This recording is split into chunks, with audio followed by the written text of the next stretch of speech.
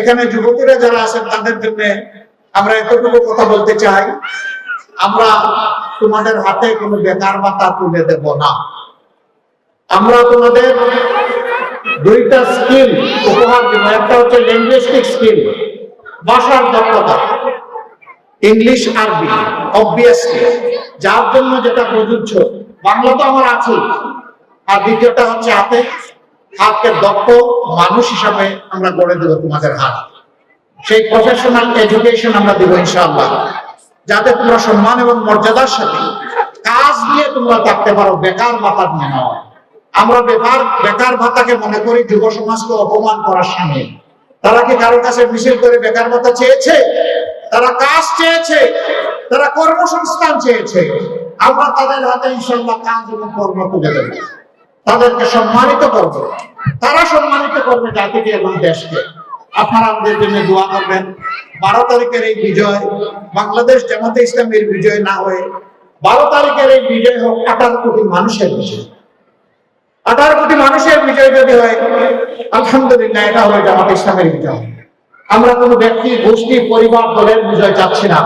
আমরা চাচ্ছি সত্যিকার অর্থে মানবতার বিজয়, 18 কোটি মানুষের বিজয়। আমাদের চোখে সকলেই সমান। নাগরিক হিসাবে এই দেশে যারাই জন্ম নিয়েছেন, যারাই বসবাস করেন, আমরা সবার প্রতি শ্রদ্ধাশীল। তার ধর্ম বর্ণ আমরা দেখব না। তিনি আসল মখলুকাত একজন মানুষ। আমাদের বিবেচনার জন্য এটাই যথেষ্ট। আজকে নির্বাচনের পরিবেশ তৈরি হয়েছে এবং গোটা জাতি, গোটা দেশ নির্বাচনী উৎসবের মধ্যে আমরা সবাই উপনীত হয়েছি। আগামী 12 তারিখে আমরা সবাই নির্বাচনে অংশগ্রহণ করব, আমরা ভোট দেব। এই ভোট হলো আমার বিবেকের রায়, আমাদের ইমানি দায়িত্ব, নাগরিক হিসাবে আমাদের দায়িত্ব।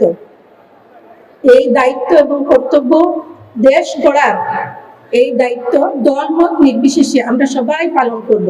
আমরা কেমন দেশ চাই, কেমন সমাজ চাই? আমরা চাই শান্তি, মুক্তি, ন্যায়, ইনসাফের একটা দেশ এবং সমাজ।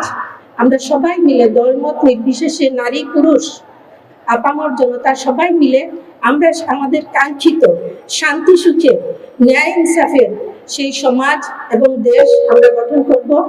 এই লক্ষ্যে আমরা সবাই আমাদের বিবেকের রায় প্রদান করব।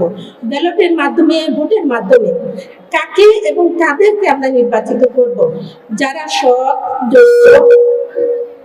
দক্ষ, ইমানদার, দেশপ্রেমিক এবং পরীক্ষিত। আমরা চাই হযরত উমর রাদিয়াল্লাহু আনহুর মতো নেতা এবং নেতাগণ আমাদের সমাজে এবং দেশে দায়িত্বশীল হোক। দেশ এবং জাতিকে পরিচালনা করার দায়িত্ব আমরা এমন যোগ্য নেতার হাতে দিতে চাই, যারা প্রকাশ্যে এবং গোপনে সর্বাবস্থায় আল্লাহ রাব্বুল আলামিনকে ভয় করে, আল্লাহকে হাজির নাজির জেনে তাদের সমুদয় দায়িত্ব, জনগণের প্রতি অর্পিত দায়িত্ব পালন করবে। হুজুর, অগ্রযাত্রা প্রতিদিন নির্ভীক প্রত্যয়ে উজ্জীবিত।